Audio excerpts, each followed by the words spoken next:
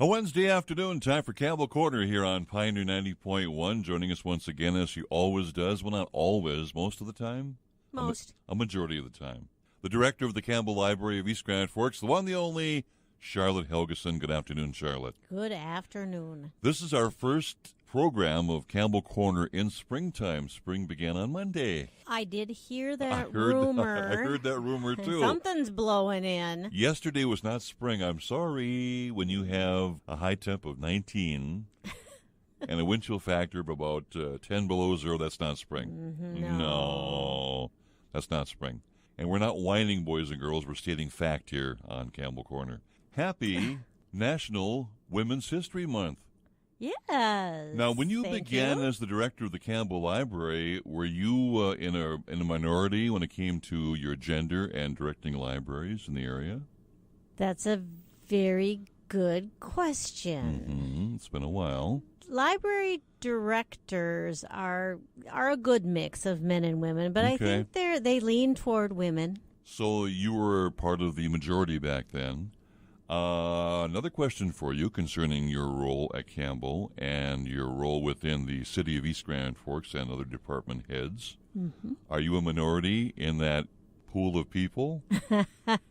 As a department head within the city of East Grand Forks, I was the only female for over 17 years. Okay. Often the only woman at council meetings for many years. Okay. And now there's a bit more of a mix. It's still fewer women by far than men for the most part. Number one. All right, number one. Big night tomorrow night. We talked about this last week. Folks at UMC, University of Minnesota Crookston, are coming over for activities. And what's the big deal tomorrow night at Campbell? The big deal, the topic is Fish of the Red River Valley. I always kind of snicker because we have our catfish tournament every year here. We do, yeah. But when I think of a good catfish to eat, I think of Tennessee, where I have family.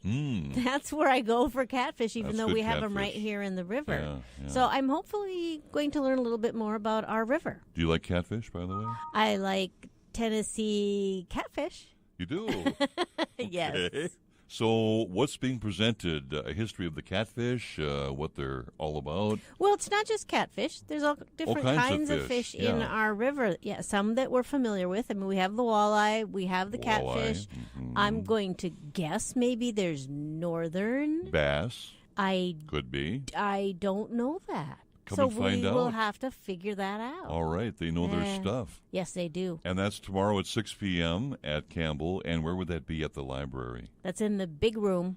The big one. So come in the lobby and you'll see people gathering there. And go straight ahead? Join the group. Yep. All right. That's tomorrow at 6. Now, this is part of a series, isn't it? It is. The UMC naturalist classes will be doing presentations on the things that they're learning. And that's exciting when you have students who have new information and get to share it for the first time. Oh, yeah, they're bubbly, too. That's an energy level you just can't duplicate easily. So this is every Thursday night? Yes, through April. Through April. So make a note. Starting tomorrow night, 6 o'clock, a big night for the entire family, nature night, and the topic on Thursday is Fish of the Red River. All right. Number two. Number one. We have our Lego club that meets once a month. And this last time, it was a freestyle. Usually there's a theme, so we get a lot of castles or we get adventure demonstrations of different kinds. But this time it was freestyle. And I tell you, the imagination and the creativity of these not only children but adults really is fun to look at on display. What did you see? Well, sometimes you have to read the title of them to be certain what you're looking at. It's that artistic interpretation, right?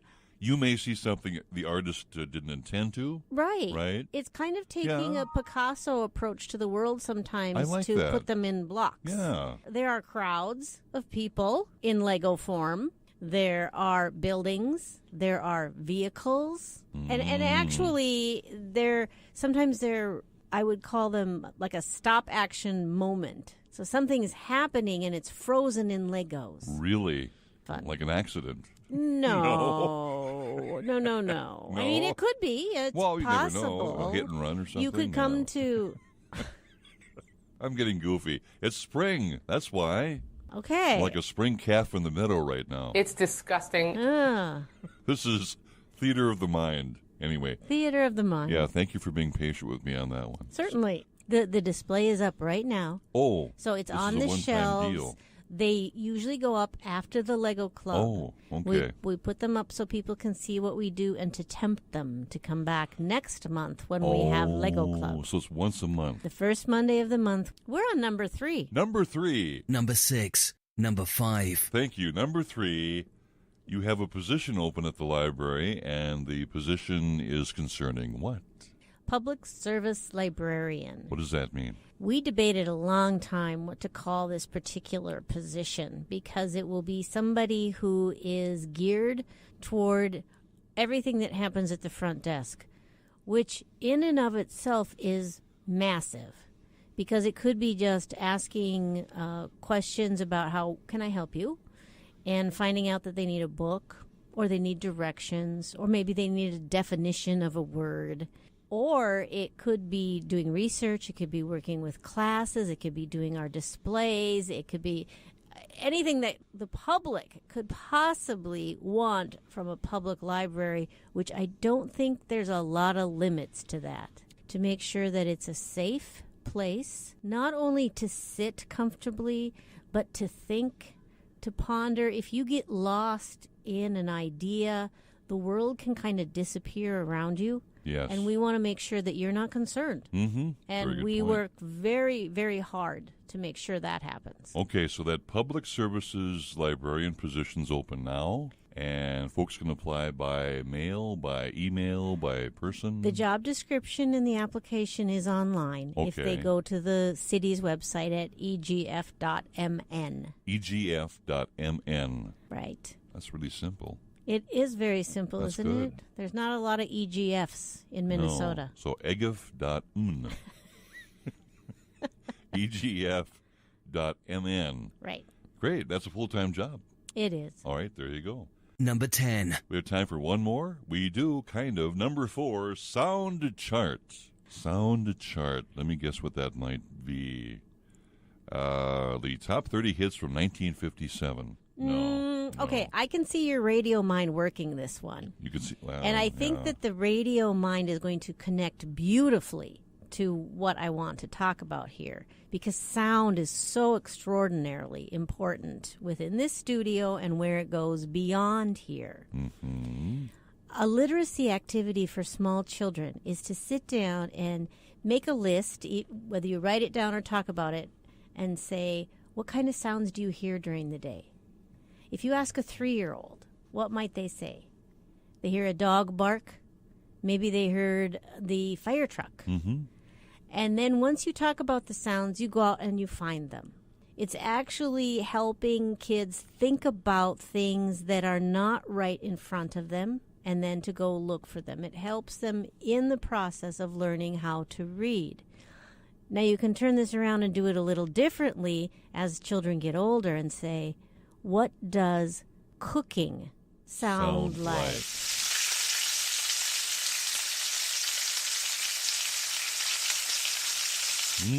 Smells good.